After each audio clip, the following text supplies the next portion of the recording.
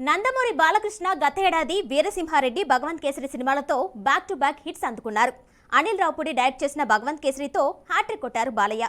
Family audience కు connect కావడంతో ఈ మూవీ బ్లాక్ బస్టర్ అయింది.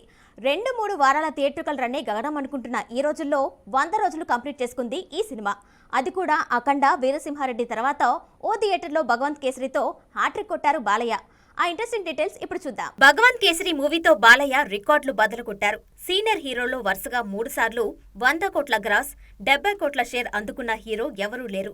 తన తరం హీరోలో ఈ రికార్డు అందుకున్న ఏకైక సీనియర్ హీరోగా నిలిచారు నటసింహ. ముఖ్యంగా Balayya getup, mass appearance, dialogues, action episodes ఈ సినిమాకు పెద్ద ఎసెట్స్ గా నిలిచాయి. ఇక ఈ సినిమా ప్రపంచ వ్యాప్తంగా 72 కోట్ల షేర్, 135 కోట్ల గ్రాస్ వసూళ్లు రాబట్టినట్టు ట్రేడ్ వర్గాలు చెబుతున్నాయి. మరోవైపు ఈ సినిమా అమెజాన్ ప్రైమ్ ఓటీటీలో కూడా ఎరగదీస్తుంది. ముఖ్యంగా హిందీ వర్షన్ కు బాలయ్య చెప్పిన డైలాగులను నార్త్ ఆడియన్స్ మెచ్చుకుంటున్నారు. ఈ డిజిటల్ యుగంలో బాలయ్య నటించిన సినిమాలు వరుసగా హిట్ అవడమే కాదు, థియేట్రికల్ గా 100 రోజులు పూర్తి చేసుకోవడం కూడా విశేషం.